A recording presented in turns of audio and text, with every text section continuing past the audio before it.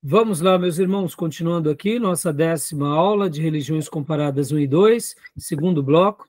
Nossas aulas estão sendo gravadas e nós estamos agora trabalhando aqui sobre os testemunhos de Jeová e os pontos doutrinários, tá bom? No intervalo, o Júnior fez uma pesquisa há pouco, né, Júnior? O que você mencionou, Júnior? Fale para nós.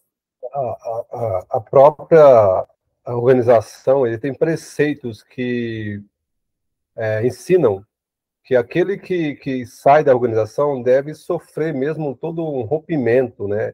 Há uma morte social. E tem que cortar as relações mesmo. São pior que aquele que não faz parte. O que não faz parte é inimigo de Deus. E o que sai da organização é leproso fétido, né? Olha, então, fica aqui uma observação para Isso está todos nas nós, revistas, irmão. viu? Hã? E essas previsões estão na revista. Então, mas, e aí eu te pergunto, está na Bíblia isso? Lógico que não. E o amor? Lógico que não. Mas você vê como que como que as seitas, ou as heresias, né, no caso, elas só ganham força porque, infelizmente, seus adeptos olham mais os códigos dos seus líderes, que seriam as doutrinas, do que para a própria Bíblia, que é a base de tudo. Então, a Bíblia Exato. acaba sendo só um livro praticamente de enfeite ou de utilidade naquilo que os líderes tomam como pretexto. Sim. Porque lá em homilética, aliás, homilética, na hermenêutica, nós temos até uma terminologia, uma frase que a gente diz que um texto fora de contexto só serve de pretexto. Então, quando uma seita ela precisa da Bíblia, ela faz daquele texto o seu pretexto. Mas ela não deixa o texto bíblico falar, né? Exato. Isso, né, irmãos, até o Tomé também falou que quando ele estava fora, né, Tomé? Pode falar, né, Tomé, também? Pastor, quando eu me afastei, tinha gente que até atravessava a calçada quando me via. Da igreja, que era muitos membros, só 2 foram me visitar. Aí eu passei 15 anos fora ainda. E não tive esse auxílio de ninguém para saber o que tinha acontecido, né? E aqui fica até um apelo para nós, sabe, irmãos? Mesmo que a Bíblia tenha recomendações, Jesus disse, né, quando a igreja chegar ao ponto de desligar alguém, a Bíblia vai sempre dar algumas recomendações de como devemos agir com essas pessoas, mas nunca ela nos fala para maltratar, para humilhar e para abandonar. Pelo contrário, Tiago fala que quando a gente ganha alguém que estava afastado, a gente faz uma obra muito grande. Então, isso serve também para lição para nós, né? Eu sei que alguns que saem da igreja saem chateados, saem brigados, mas no que competir de nós, a gente tem que sempre ter aquele lado cortês, amável, educado, porque as pessoas elas têm o direito de escolher e a gente não tem o direito de desprezar ninguém porque a pessoa se afastou, né? Tá bom? Obrigado, Júnior, obrigado, Tomé. Fica aqui essa lição para nós, tá bom? Então vamos lá. Continua para a gente. Pastor Johnny, leia para nós. A gente está aqui tratando sobre as questões doutrinárias e, como eu tinha dito, né, no início do módulo passado, tanto do livro-texto do Raimundo Oliveira quanto dos outros materiais, hoje, como a gente vai trabalhar mais nas questões doutrinárias, das refutações dos TJs, se vocês quiserem pegar algum outro material que vocês achem interessante ou trazer alguma dúvida, a gente tenta esclarecer aqui em aula, tá bom? Então, leia para nós, pastor, por gentileza, aqui. Vou pedir gentileza de outro, irmão, leia que eu estou no carro ainda. Ah, tá bom, claro, fica à vontade. Então, vamos lá. Pode ser a Maísa, pode ler para nós, Maísa, por favor? Posso sim, pastor. Algumas concepções. Veremos na sequência algumas concepções doutrinárias das testemunhas de Jeová. Sobre a Trindade. Joia, vamos lá. Sobre a Trindade. O seu fundador das Testemunhas de Jeová alegou que a doutrina da Trindade é de origem pagã, satânica, que maculava a unicidade do Deus verdadeiro. Suas literaturas são fartas de declarações sobre suas posições sobre tal doutrina. Olha só como ele já vai para jugular, né? Só um minutinho, tá, Maís? Página satânica que maculava a unicidade do Deus verdadeiro. É normal que eles tenham esse intuito, porque no momento em que ele declara que a Trindade ela é algo bíblico, como que você faz uma declaração dessa e não adora Jesus? Como você faz uma declaração dessa e diz que o Espírito Santo não é Deus, né? Então, é normal que eles se enveredem por aí. E aqui o nosso querido Paulo Pescador vai dando as fontes, né? Leia para nós, mas né, a primeira parte aqui. A doutrina da Trindade desonra o único Deus verdadeiro e confunde as pessoas, desviando-as de um Deus que não conseguem compreender. A Sentinela, 15/8/1999, página 13. Né? Pode continuar. Eles não escondem a identidade de Deus atrás de uma máscara de anonimato ou atrás da doutrina misteriosa e inexplicável da Trindade. A Sentinela 1/5/97, página 18.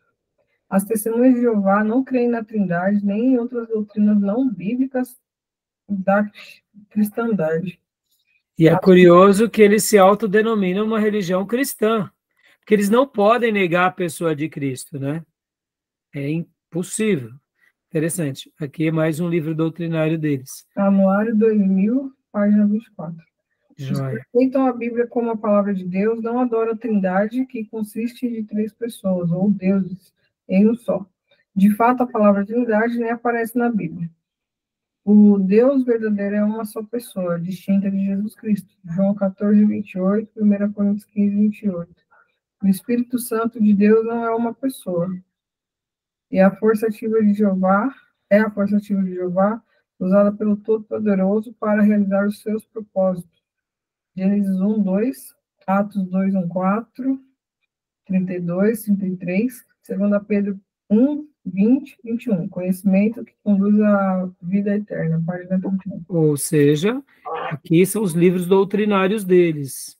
Por isso que aquele corpo governante, que é também seus profetas, eles acabam não se auto-intitulando. Percebam que a gente vai ver que no mormonismo, diferente dos TJs, eles se classificam como profetas, de fato. Até hoje, o pastor principal dos mormons é considerado o grande profeta deles, né? Porque, na perspectiva do mormonismo, os mormons têm os seus profetas que vão profetizando, assim como houve os profetas do Velho Testamento, os apóstolos e profetas do Novo Testamento. Dentro do mormonismo tem os profetas atuais, e geralmente eles vão sempre dando essa nomenclatura. Já nos TJ, eles colocam como corpo governante, mas eles fundamentam todos os seus critérios nos seus livros doutrinários. Então, né, vamos lá agora. Tudo bem até aí? Ficou claro essa questão sobre, né, a Trindade? O que vocês querem dizer sobre essa questão?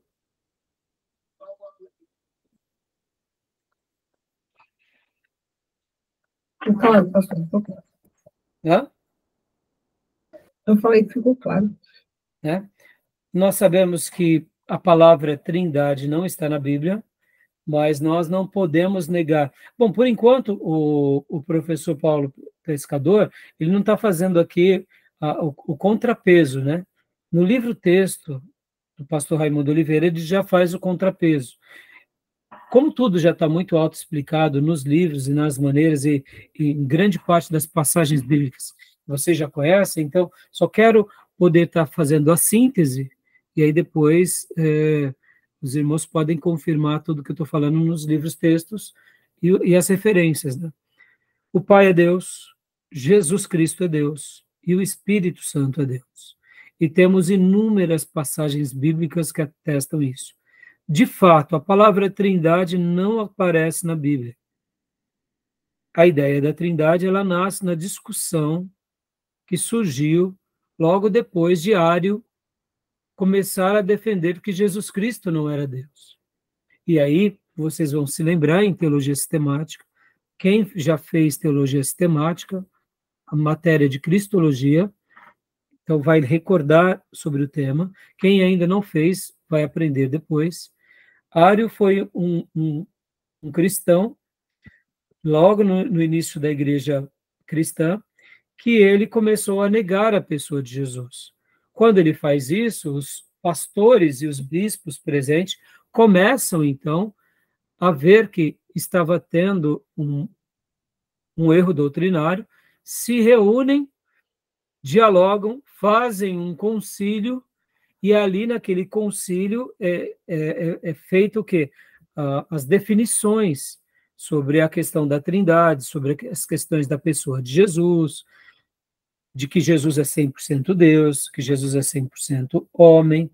Então, esses foram debates que acontecem na história da igreja, e por isso que nós falamos que esses debates, é deles que nascem a teologia sistemática. Aí, por quê? Porque eles pegam a teologia bíblica, trazem no contexto atual em que eles estavam vivendo, fazem as discussões, refutam as heresias, fundamentam aquelas heresias, e em alguns momentos, por exemplo, chegam e surgem as terminologias, e a Trindade nasce como uma resposta de um debate. Qual era o debate? De que Deus é 3 pessoas e que cada pessoa também é Deus e ele é distinto. Não tem como se explicar como tudo isso acontece, mas é assim que a Bíblia trata essa revelação. Um outro debate também, que agora a gente vai falar sobre a divindade de Jesus, que também é uma outra terminologia que nós temos, porque na Bíblia não tem essa expressão dessa forma. A Bíblia trabalha que Jesus é Deus e a Bíblia trabalha que Jesus é homem. Mas quando foi trazido essa questão, ou negando a humanidade de Jesus, ou negando a divindade de Jesus, nos debates teológicos daqueles dias, chegou à seguinte definição: Jesus é 100% Deus e Jesus é 100% homem. Então, são palavras que nascem na história da igreja, mas nascem como respostas, né? Tá bom? Então, a Trindade, a gente sabe que é uma verdade, tá bom, meus irmãos? A divindade de Jesus Cristo. Continua lendo para nós, mas algum comentário, meus irmãos, sobre a Trindade? Alguém quer falar alguma coisa? Eu não, pastor. Não? Então, tranquilo. Vamos lá. Vamos lá. Pode ler para nós, mas, por favor. Divindade de Jesus Cristo. Nego que Jesus Cristo seja Deus. Afirmo que é um ser criado como são os anjos e o homem. Dizem que Deus criou a Jesus como filho, então usou-o como seu sócio. Seja Deus verdadeiro, página 35. Novo Mundo, página 17. Vide João 1:3, João 10:30, Romanos 9:5, Colossenses 2:9, Hebreus 1:3, 13:8 e outras passagens. Bom, aqui no caso, né, ele está dando a referência de onde foi tirado, né, essa afirmação, e aqui o professor já está pedindo para a gente ver, né, e os textos refutando essa ideia. Tá bom, meus irmãos? Tudo bem até aí? Jesus Cristo, ele é Deus, né, e ele deve ser adorado. Continuando aqui, leia para nós, mas por favor. Não pulou uma parte, pastor? Pulei? Não, porque acabamos de ver, né? A personalidade do Espírito Santo. Dizem que o Espírito Santo é um poder ou influência de Deus para executar a sua vontade. É a invisível força ativa do Todo-Poderoso, com o fluido que emana de Jeová Deus. Acerca da defesa cristã da personalidade do Espírito Santo, leia tópico 12:1 ou 5:1 do presente estudo. Aqui dando a referência, né, sobre essa questão. Bom, meus irmãos, eu sei que é complicado quando a gente pensa um pouco sobre essa questão. Vamos até ler esse tópico aqui, 12:151. Deixa eu achar aqui rapidinho, tá? Eu sei que é complicado quando nós tratamos do Espírito Santo, para a gente entender essa questão da força, né? Só pegar aqui 12. Qual que era? 151. Aqui. Ok, a defesa cristã da personalidade do Espírito Santo. Tá vendo? Deixa eu ver aqui. Ó. Nosso querido irmão faz uma boa defesa, tá vendo? Deixa eu só ver. Dá para a gente ler rapidinho. Eu sei que é complicado, como eu dizia há pouco, mas eu vou só fazer esse comentário aqui. Ó. Entender de Deus e como Deus atua na nossa vida é muito complicado. Entender a pessoa do Espírito Santo, que é uma pessoa, mas ele é invisível, se torna ainda mais complicado ainda. Mas categorizá-lo como uma força ativa do poder de Jeová é inferiorizá-lo.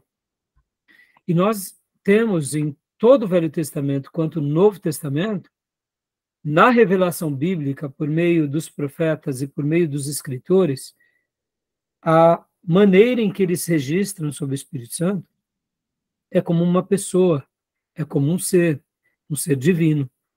Então, não tem como ser negado isso. Não tem como negar a personalidade, não tem como negar a pessoalidade, não tem como negar o poder. A Bíblia, por si só, fala.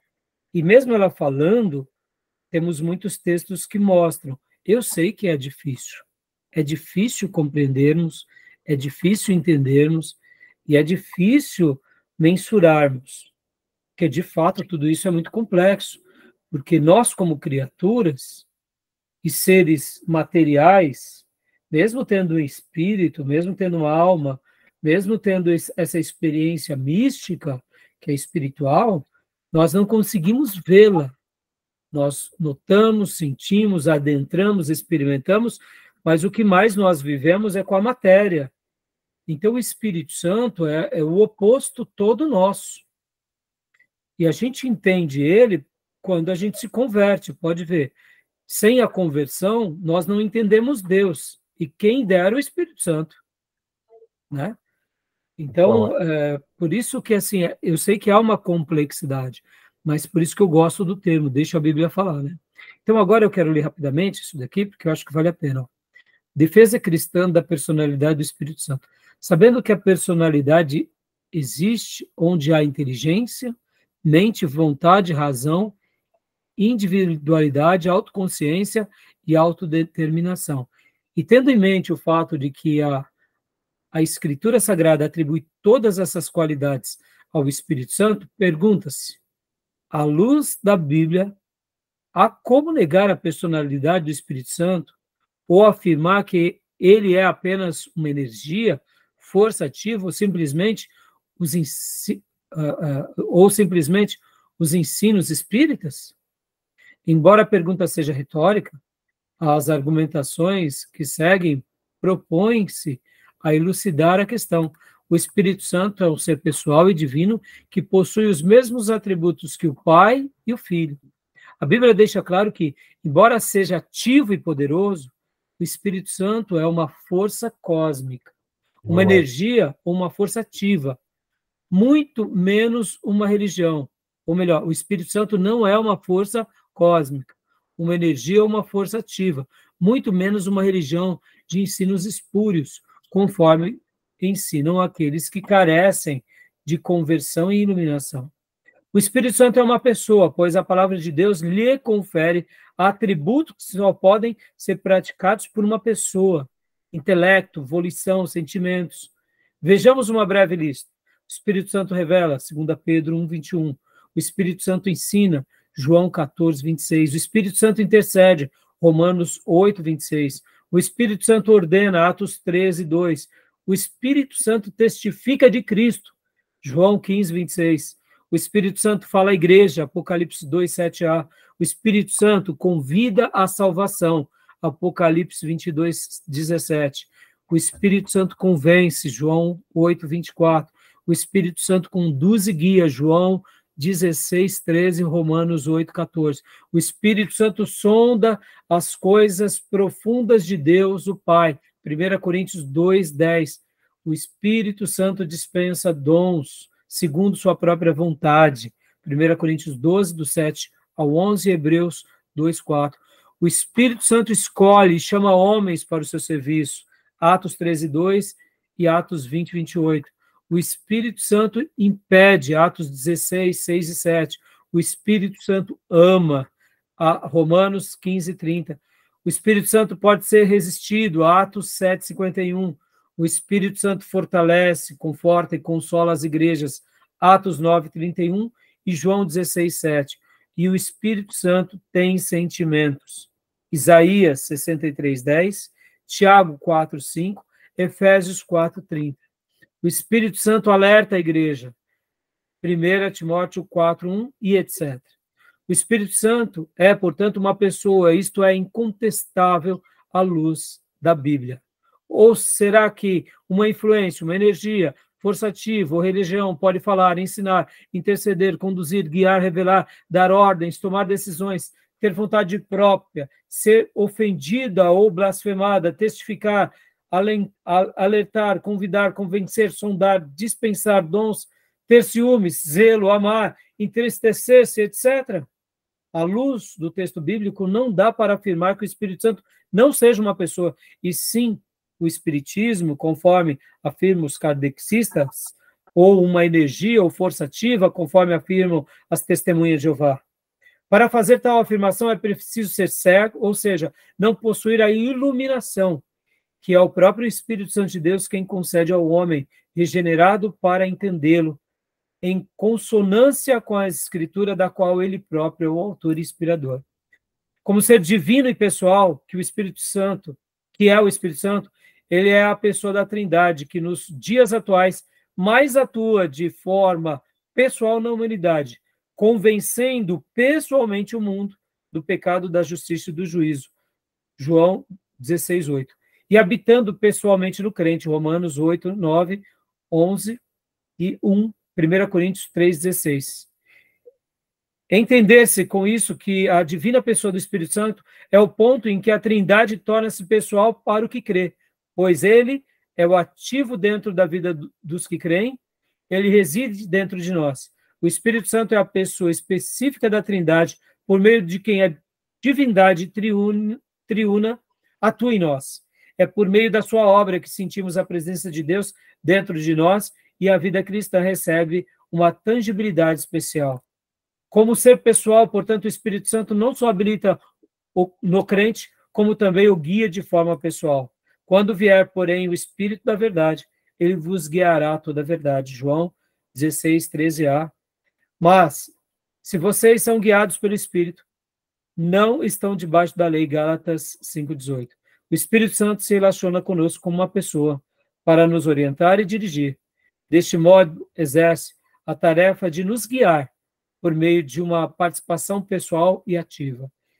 É muita pretensão da falsa religião do Espiritismo, como seus ensinos espúrios, pretender negar a personalidade do Espírito Santo e tentar usurpar sua elevada posição. Aqui termino, né? Essa parte. Aí aqui era, aqui ele continua falando, né? A defesa da divindade do Espírito Santo. E aí eu acho que aqui já foi mais do que claro aquilo que a gente trabalhou há pouco, né?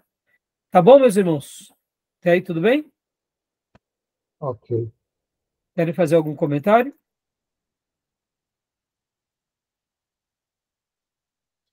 Alguma dúvida? Né? Eu gostei muito do texto do professor Paulo. Deixa eu só colocar agora aqui continuar onde estávamos. Esse texto ele tinha escrito em especial como que se diz, né? Aos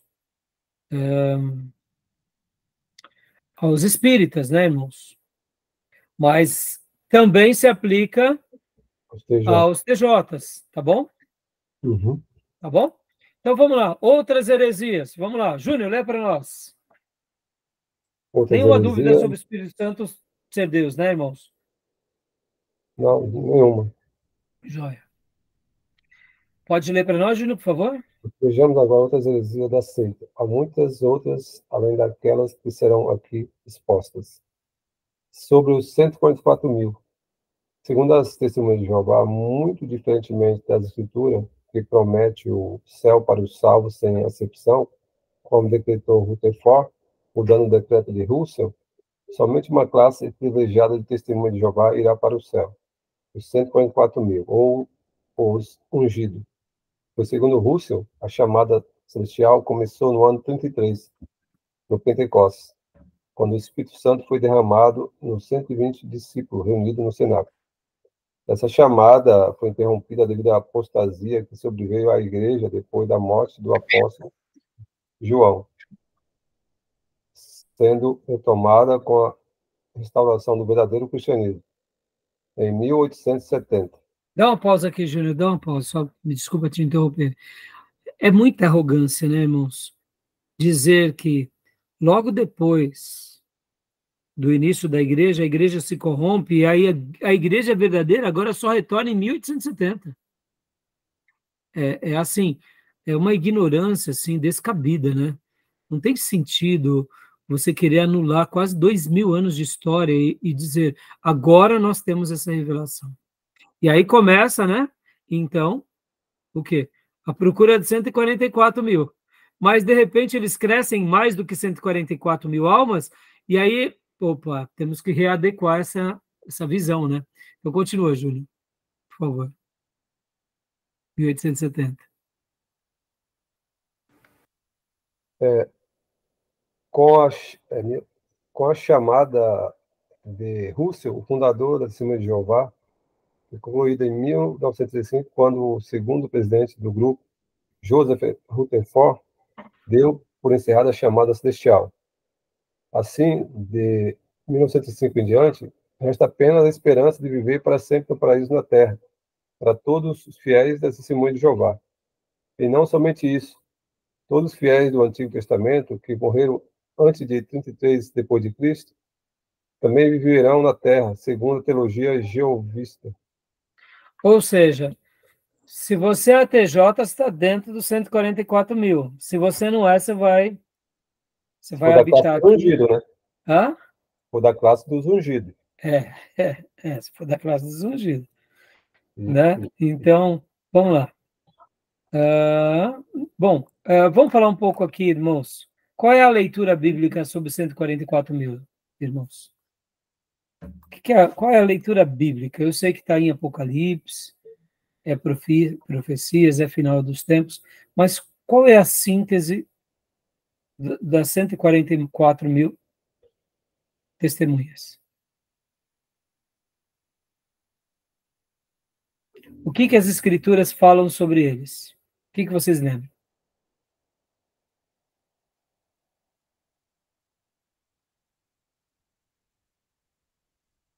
Podem começar. Pastor, eu posso estar errado, mas acredito que é um número simbólico. Fala sobre o número dos salvos, né? Mas é um número simbólico, né? É sobre a totalidade daqueles que vão ser salvos. Acredito que seria isso. Mas então é só 144.000, Gil, que vão ser salvos? Não, é simbólico, na verdade... Então, representação, né? Isso, a representação. Na verdade, não representa 144.000 pessoas que serão salvas, é simbólico. Mas é a totalidade dos salvos. Então. O que mais, meus irmãos?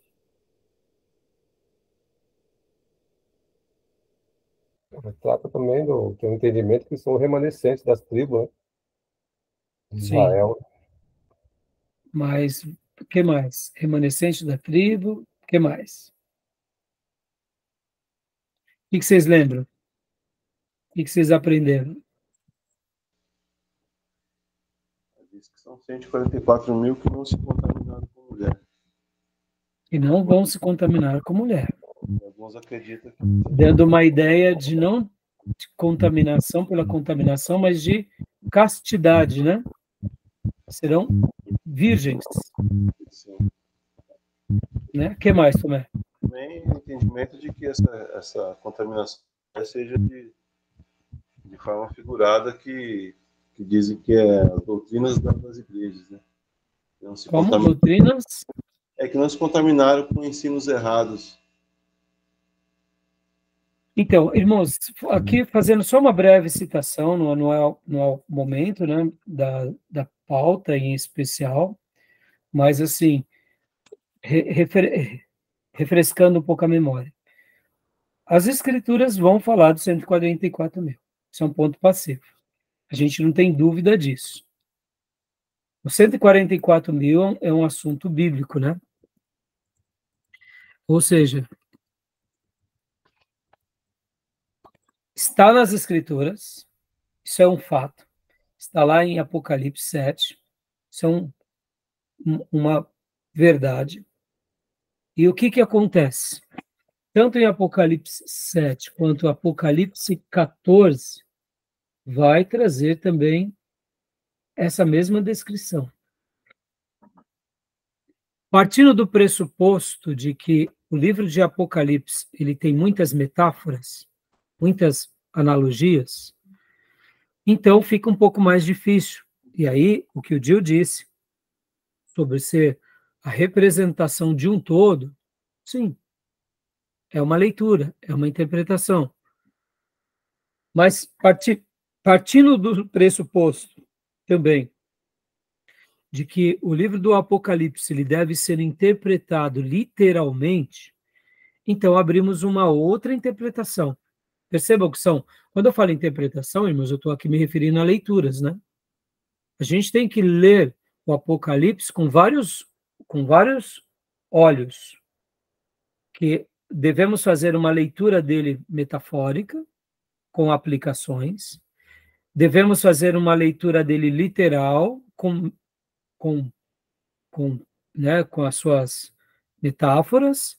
Então, assim, perceba, Apocalipse não é fácil de ser lido, não é fácil. Tanto é que é um livro futuro. Podem ver que muitas vezes ele parece estar tratando do mesmo assunto com outra palavra. São taças, são iras, são selos, são terremotos, são pestes, são cavalos, né? São jarros, são cálices. Então, a impressão que dá, fazendo aqui um apanhado, é que Deus ele quis se comunicar conosco assim porque ele é sábio, ele tem um propósito. Por outro lado, partindo do pressuposto de uma leitura mais metafórica, abre um leque mais, como o Gil falou, uma analogia, acaba sendo representativo. Mas partindo do pressuposto que ele também tem partes literais com alegoria, então os 144 mil, e aí a leitura que eu tenho, tá, meus irmãos, é o que eu penso. A minha leitura do Apocalipse ela é mais literal com alegorização. Quando eu leio o Apocalipse, eu procuro lê-lo dessa forma. Então, na minha leitura, os 144 mil serão pessoas que Deus separará para a última grande colheita do último grande instante na Terra, juntamente com as duas testemunhas.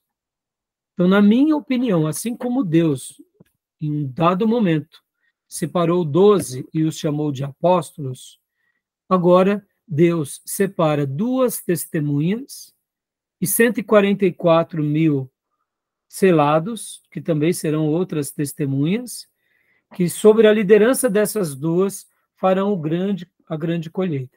E aqui na minha leitura, que é mais literal, aqui é uma profecia exclusiva aos judeus, exclusiva ao remanescente dos judeus.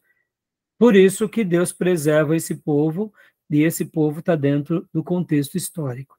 Então, e aqui o texto diz que eles são selados e também são virgens, dando uma ideia de que eles farão uma obra para Deus. Então, essa é a minha leitura. Mas, perceba, eu não posso fazer dessa minha leitura a única verdadeira, porque já que Apocalipse é um livro que dá margem a vários tipos de interpretação, seria arrogância da minha parte dizer que será assim. Estão entendendo? Então é assim que eu penso. Quem são os 144 mil? 144 mil serão os 144 mil separados por Deus para a última colheita. E Irmãos, quando Deus separa alguém, é visível. Deus separa um profeta, é visível. Deus separa um apóstolo, é visível. E serão 144 mil separados por Deus, 12 mil de cada tribo. Tá bom? Então, essa é a minha leitura, essa é a minha forma de enxergar. Por outro lado, eu não posso determinar, mas uma coisa eu digo, que a leitura deles é uma leitura errada, é uma leitura exclusivista e é uma leitura facciosa, porque trazem para ele não só a questão de que eles são os eleitos, mas os únicos eleitos. Então, já não serve para nossa correspondência, tá bom? Tudo bem, meus irmãos? Não sei o que vocês pensam, né? Quem fez comigo a escatologia só foi o Gil e o pastor Johnny, né?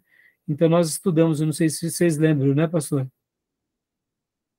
A gente trabalhou um pouco em Apocalipse, como é muito assunto.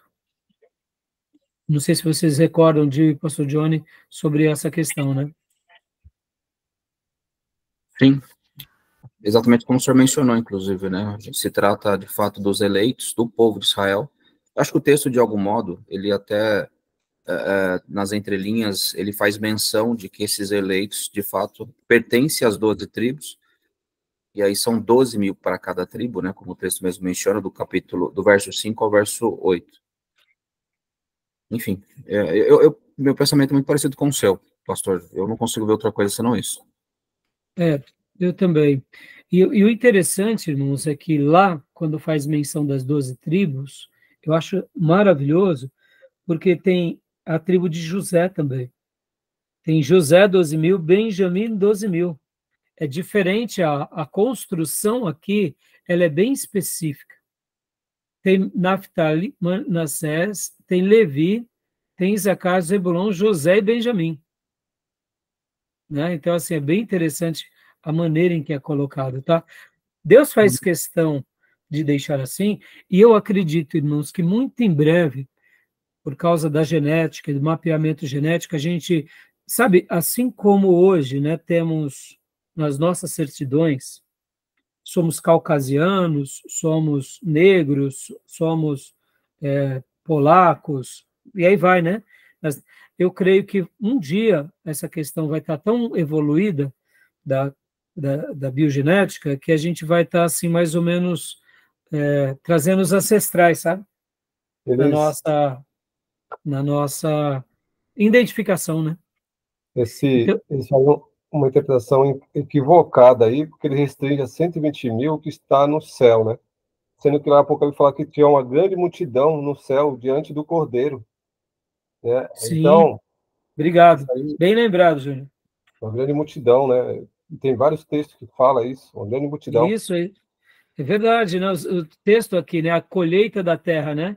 No Exato. 14. Então é isso aí. E também outra coisa dos 144 mil, irmãos, que eles traziam escrito na testa o nome dele e do seu pai. Tá bom? Então, beleza, meus irmãos? Joia sobre 144 mil? Tudo bem? Sim. Vamos lá. Sobre a nova luz. Vamos lá. Pode ler para nós, Gil? Por favor? Já deu a hora, não? Já? Deixa eu ver então aqui. Deixa eu ver. Eu acho que ainda falta 5 minutos, não, Júnior?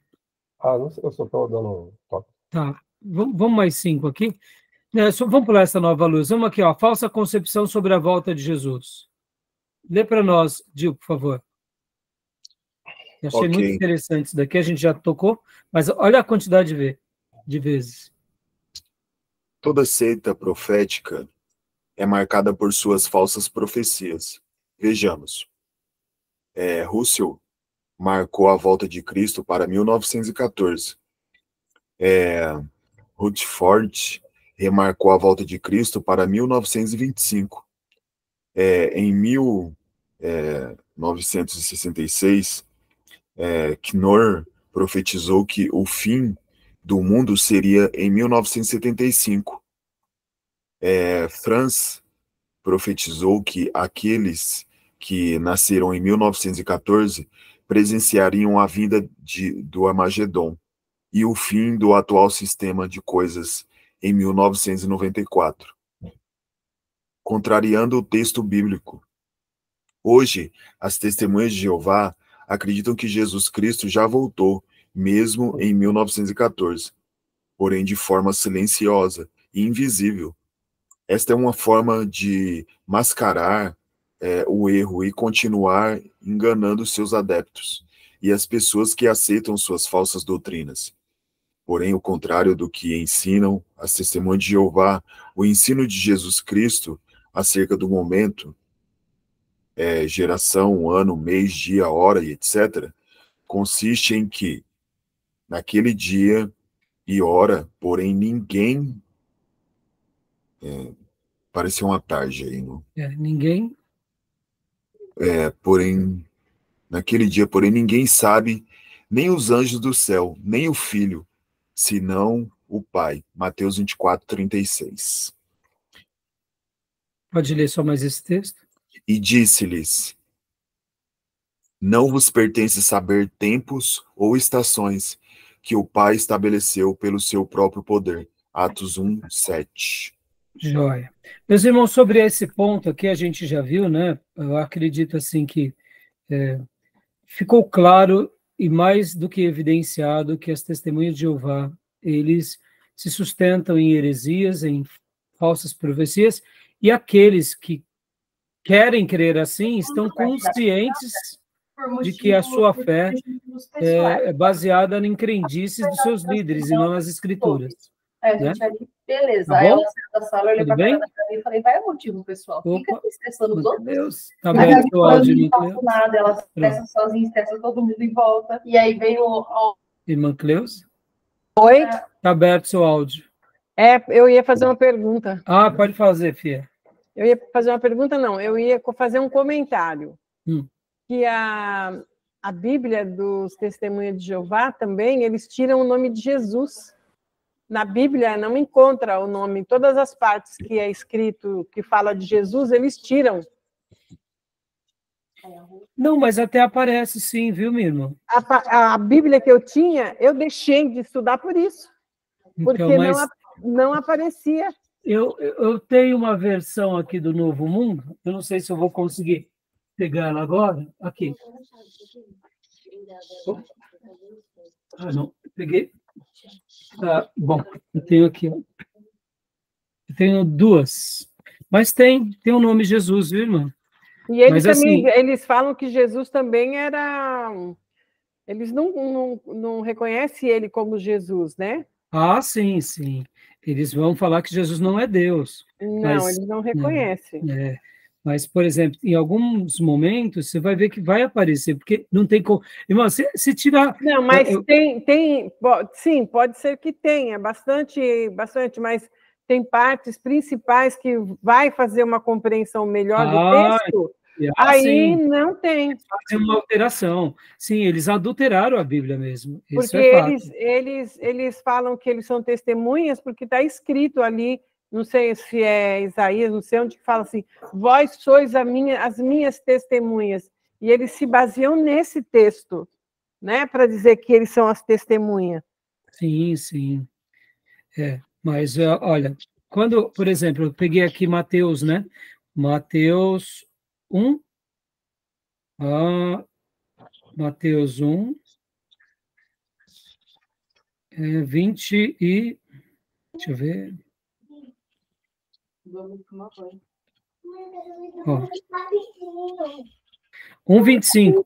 Mas não teve relações com ela até ter dado à luz um filho e lhe deu o nome de Jesus. É porque assim, irmã, vamos pegar rapidamente. Se a gente pegar quantas vezes aparece o nome Jesus na Bíblia, não tem praticamente como você alterar isso. Você tirar o nome Jesus do Novo Testamento, pelo amor de Deus. Mas eu entendo o que a irmã quer dizer. Em algumas passagens chaves, eles fizeram uma releitura, né? Olha aqui, ó, na minha versão antiga, vamos lá, João, Evangelho de João 1:1. Só para vocês verem como eu tenho duas versões aqui deles. Então vamos pegar João 1, vocês verem, essa versão, essa tradução do Novo Mundo, de que data que é? Deixa eu ver, essa daqui é de 1986, né? Então, olha só, João 1. No princípio era a palavra, e a palavra estava com Deus, e a palavra era, aí entre chaves, um Deus minúsculo. Artigo indefinido, né? É? O artigo indefinido. E aqui nessa outra também, tradução do Novo Mundo, deixa eu ver de que data, que eu acho que é a mesma. É a mesma, é da mesma, então vai estar do mesmo jeito. Entendeu, irmão? As antigas não tinha, viu? As mais antigas não tinham o artigo indefinido. É. A mais antiga. Mais antiga do que essa, né? É. Tá bom, meus irmãos, né? Então, vamos agora para os Mormons, meus irmãos. Tudo bem? Gil, tem mais alguma pergunta que você queira fazer, né? De algum outro ponto? Irmãos? Irmã Cleusa, tem mais alguma pergunta, minha irmã? Pode fazer. Ô, pastor, eu só queria entender assim com mais clareza, eles não acreditam no inferno, certo? Certo. Então, assim, as pessoas que não forem salvas assim serão punidas de que forma? Então, dentro vamos pegar aqui do nosso livro-texto agora, olha lá, vamos lá. O nosso livro-texto, vamos pegar aqui a parte do inferno. Trindade, conceitos e tal. Vamos lá. Vamos pegar aqui. Queria... Em síntese, Gil, você vai ver que eles vão falar aqui que uma pessoa, o inferno é como, pensa assim, ó, já que Deus, ele é um Deus de amor e de bondade, se a pessoa não crer em Deus, ele só sofrerá nessa vida e ele não gozará do paraíso. Já que Deus é um Deus de amor, então o que acontece? Quando essa pessoa morrer, ela vai praticamente se pulverizar, ela vai sumir, ela vai deixar de existir. Aqui, ó, o Amargedon e o governo de Cristo. Aí vem o juízo final, tá vendo? Então vamos ver algumas coisas sobre isso agora. Então, qual é a concepção dele? Que o inferno em si não existe. Por quê? Porque já que Deus é bom, o Deus que é bom não pode pegar a sua própria criatura e mandar para o inferno. Aqui, ó. A doutrina do inferno. Vamos ler, vale a pena. Ó, a doutrina de um inferno ardente, onde os iníquos, depois da morte, são torturados para sempre, não pode ser verdadeira, principalmente por 4 razões. Primeiro, está inteiramente fora das Escrituras. 2, é irracional. 3, é contrária ao amor de Deus. E 4, é repugnante à justiça. Seja Deus verdadeiro, página 79, está citando aqui. Então, dentro da compreensão deles, está fora das Escrituras. Mas a gente sabe que o próprio Jesus mencionou sobre o inferno. É irracional. Lembra que no primeiro módulo eu falei que eles têm uma maneira de querer usar de artifícios inteligentes para fazer uma leitura da espiritualidade? Eles acabam fazendo uma celeuma. É contrário ao amor de Deus. Só que eles não falam da justiça de Deus. E aí eles tratam como é repugnante a justiça. Entendeu? Então, ó, aí aqui vai vir algumas refutações, né? Deixa eu ver. Vamos ver aqui. Aqui, ó. Vamos ler tudo aqui, ó. A igreja. Em Apocalipse 14, 1:3, a Bíblia é determinante ao predizer que o total final da igreja celeste será de 144 mil, segundo o decreto de Deus. Aqui, esses Seja Deus Verdadeiros são os livros doutrinários dele. O Raimundo Oliveira está pegando citações dos livros, tá vendo? Daí surgiu o falso ensino de que só 144 irão para o céu. Refutação desse ensino. A doutrina das testemunhas quanto à alma humana apoia-se em teorias de homens sem Deus. O inequívoco testemunho das Escrituras é que o homem não só foi feito alma vivente, mas também possui uma alma imortal, o que faz diferente das demais criaturas da terra. É evidente que a alma na Bíblia nem sempre significa a mesma coisa, e que a variação do seu significado depende muito das circunstâncias em que a palavra é usada, como, por exemplo, mostra os seguintes casos. Os testemunhos de Jeová, eles fazem uma celeuma entre alma e espírito, alma vivente, espírito vivificante. Eles tentam fazer uma bagunça para sustentar as doutrinas dele. A gente sabe que tem hora que a Bíblia ela vai trabalhar em alma como em espírito, e em espírito como em alma. São a mesma coisa, só com termos diferentes, né? E a alma como pessoa, né? Hã? Alma como pessoa mesmo, vivente. Isso, exatamente, né? Alma como própria vida, alma como espírito e coração, alma como elemento distintivo do espírito e do corpo. Seol, Hades, Gênero e Tato. A palavra inferno na Bíblia tem significado que variam de acordo com o texto em que é citado. Há 4 exemplos, há 4 palavras na Bíblia, na edição revista e atualizada, que são traduzidos para inferno. O Seol, o Hades, o Gênero e o Tártaro. A Bíblia vai mostrar essas 4 diferenças. Nenhuma dessas palavras significa sepultura. A palavra hebraica sepultar é kebar. E a palavra grega é mnemeion. É verdade que a palavra hebraica Seol algumas vezes é traduzida para sepultura, em alguns de nossas Bíblias em português, mas isso se dá por força de uma tradução equivocada. Quanto às 4 alegações das testemunhas, de que a doutrina refere ao inferno não pode ser verdadeira, respondemos. Aí vem a resposta do autor. É um assunto largamente tratado ao longo de toda a Bíblia Sagrada. Negar o inferno é negar muitos ensinos da Bíblia.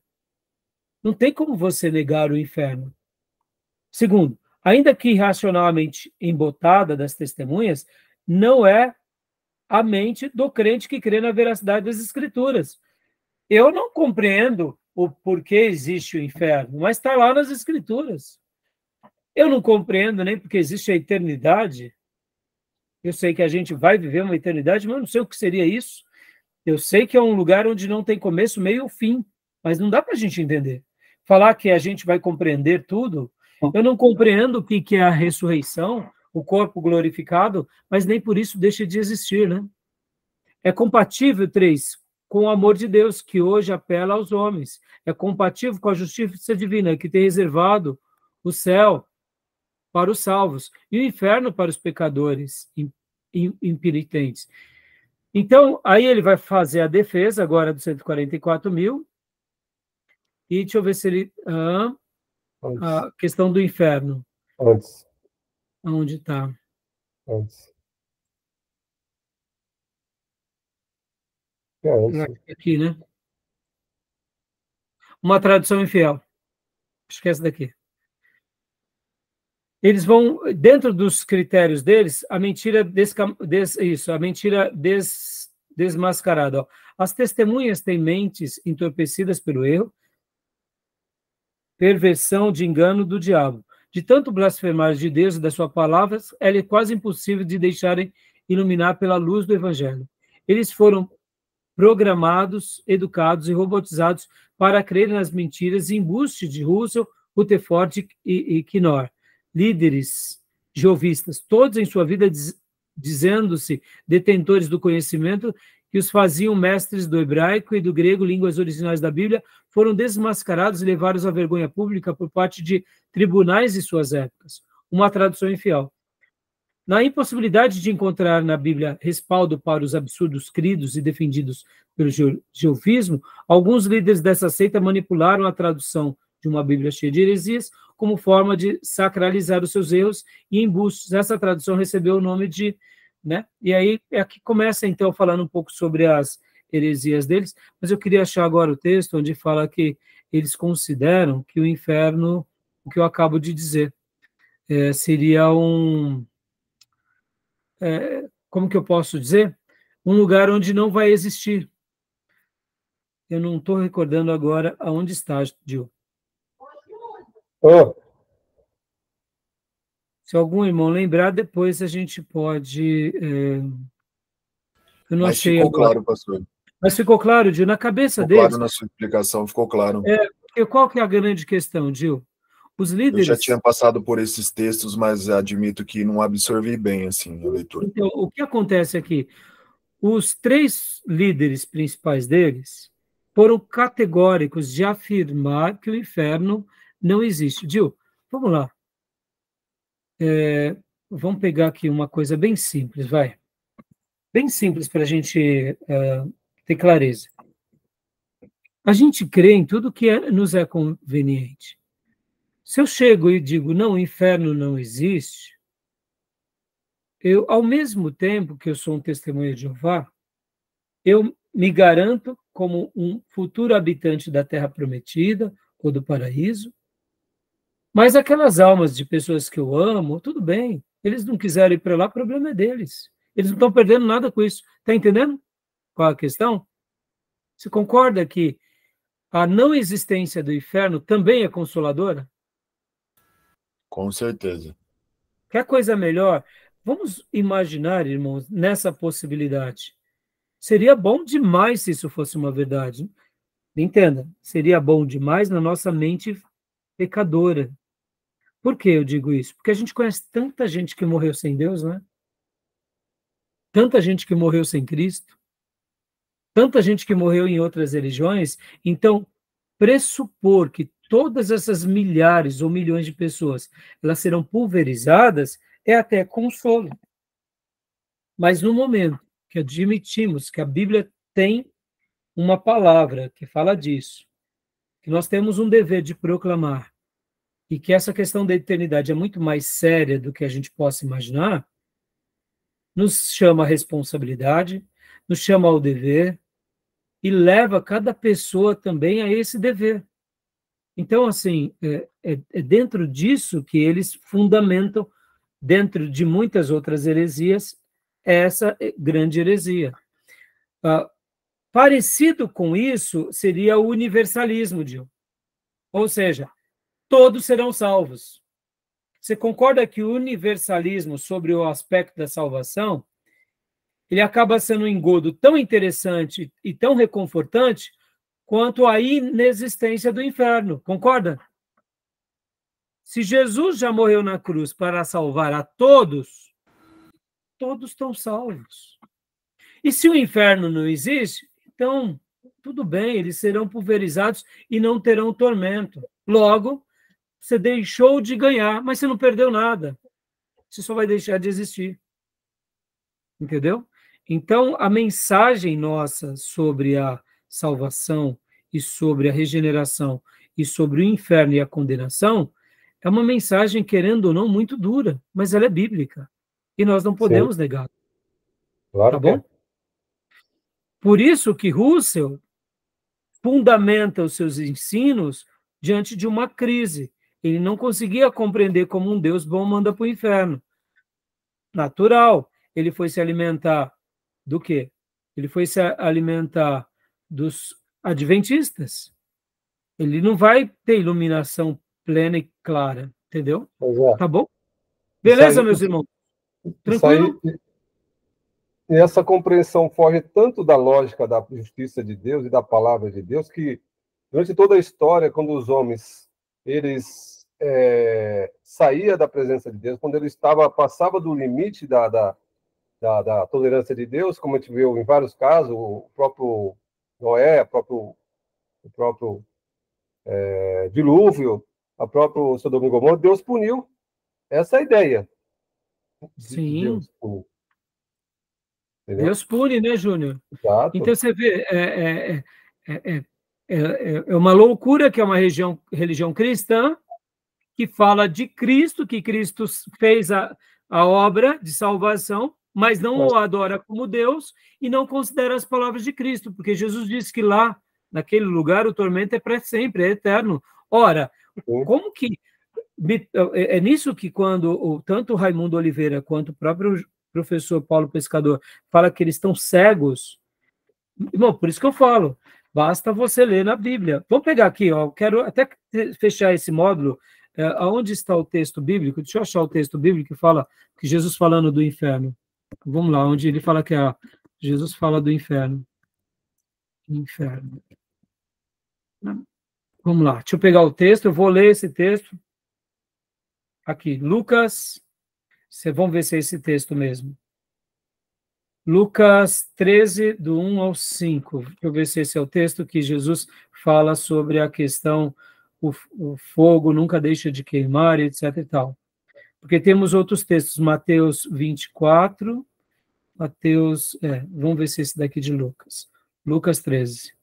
Eu quero ler na versão dos TJs, tá? Vou ler para a gente poder ter uma compreensão clara de como eles são cegos com a própria Bíblia. Vamos ver se é isso. Naquela mesma ocasião, chegando alguns, falaram a Jesus a respeito dos galileus. Não, aqui falando sobre o arrependimento, né? Se eles não se arrependerem, todos igualmente perecerão. Elas todos perecerão. Não é esse texto, não. Eu quero... de Lázaro também. Não é esse. É quando fala o inferno, lugar de tormento. Quero esse texto, fala do inferno, lugar de tormento. Onde está? Mateus 8, 12, vamos ver. Mateus 8, 12. A gente já vai finalizar aqui. Aqui. Ao passo que os filhos do reino serão lançados fora nas trevas, ao passo que os filhos do reino serão lançados para fora. Nas trevas, ali haverá choro e ranger de dentes. É isso que eu pensei nesse texto. Então, vamos ver na versão aqui do Mateus 8:12. Deixa eu pegar no Novo Mundo. Só para vocês verem que se eles lessem a própria Bíblia deles e lessem ela, há testemunhos, irmãos, que muitos TJs, de lerem apenas a Bíblia deles, se converteram. Entendeu? Porque, querendo ou não, com toda a distorção, ainda tem, aqui, na versão do Novo Mundo.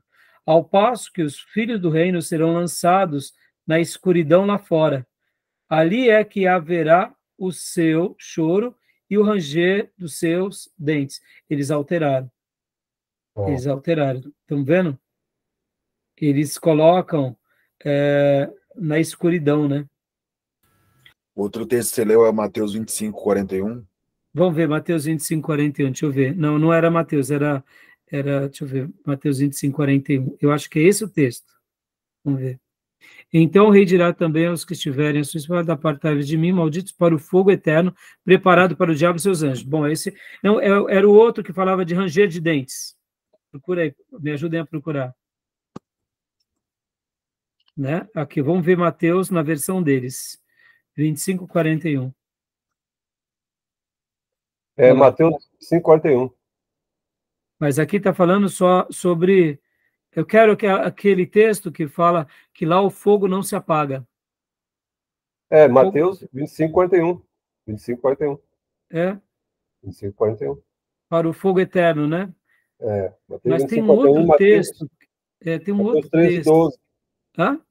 Mateus 13, 12. 13, 12? Foi o que eu li, não foi? Não.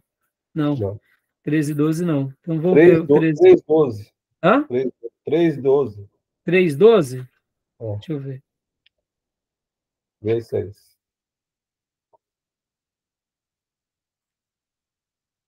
Isso, aqui, na versão deles, Tem na sua mão sua pá de joeirar e limpará completamente a sua eira, ajuntando o seu trigo no celeiro, mas a palha ele queimará no fogo inextinguível.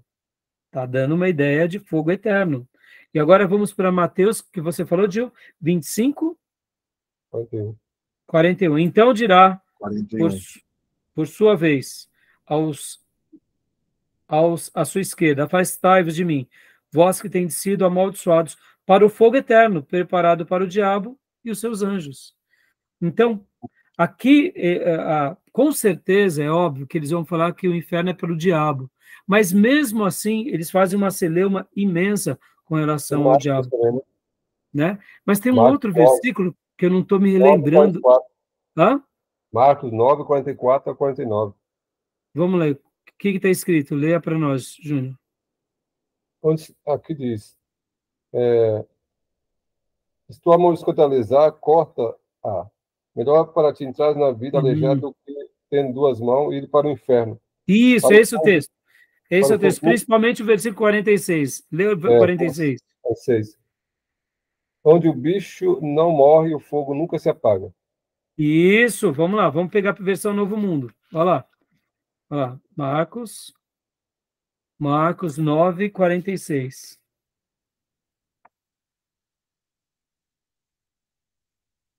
Aqui o versículo 44, eles nem têm a tradução. Vão já direto para o 45. E o 46 eles pulam. Eles pulam. Entendeu? Olha como que está aqui. Eu vou ler do 43 em diante. E se a tua mão te fizer alguma vez tropeçar, corta. Melhor é entrar na vida aleijado do que ires com as duas para o Geena, para o fogo inextinguível. Ou seja, está escrito fogo inextinguível. Ao 44 eles pulam, ao 45. E se o teu pé te fizer tropeçar, corta. Melhor é entrares na vida coxo do que seres com os 2 pés lançado no Geena. Pulo 46. E se com o teu olho fizeres tropeçar, lança-o fora. Aqui já é o 47. Melhor é entrares com o olho no reino de Deus do que seres com os 2 olhos lançados no Geena, onde o seu gozado não morre e o fogo não se extingue. Eles também citam, mas é isso que eu falo para vocês, e aí repito as palavras, olha aqui no versículo 48. É como se fosse eles tentam fazer um trocadilho para sustentar os seus credos, mas mesmo aqui no versículo 48 ainda está dizendo, onde o seu guzano, não sei o que é isso. O que seria isso? Aí tem eu nunca ouvi essa palavra. G-U-S-A-N-O. Aí tem um Nzinho aqui. Ele não explica o que é essa palavra, né? Mas, de qualquer forma, diz no versículo 48, onde o seu gozado não morre e o fogo não se extingue. Está na Bíblia deles também. Se eles lessem apenas a Bíblia deles, eles teriam uma clareza de tudo isso. Tá bom, meus irmãos? Tudo bem, então, até aí? Sim. Irmã Cleusa, quer levantar a mão? A irmã tinha uma pergunta, né? Vamos fechar aqui o bloco, senão vai ficar muito longo, irmã. Não, pastor, eu já fiz. Ah, tá bom. Esqueci Então tá bom. Meus irmãos, passamos muito do tempo, né? Vamos fazer só mais um pouquinho para o último tempo e a gente encerra, tá bom? Okay. Fechou? Sim. Podemos fechar aqui? Beleza. Combinado. Fechado. Só para não perder o hábito de fazer 3 módulos, tá? Eu sei que já praticamente entramos já no período do módulo, né? Então, me desculpem aqui, porque a gente acabou tirando essas dúvidas e acabou ficando um módulo maior. Vou parar aqui e já vou abrir uma nova chamada.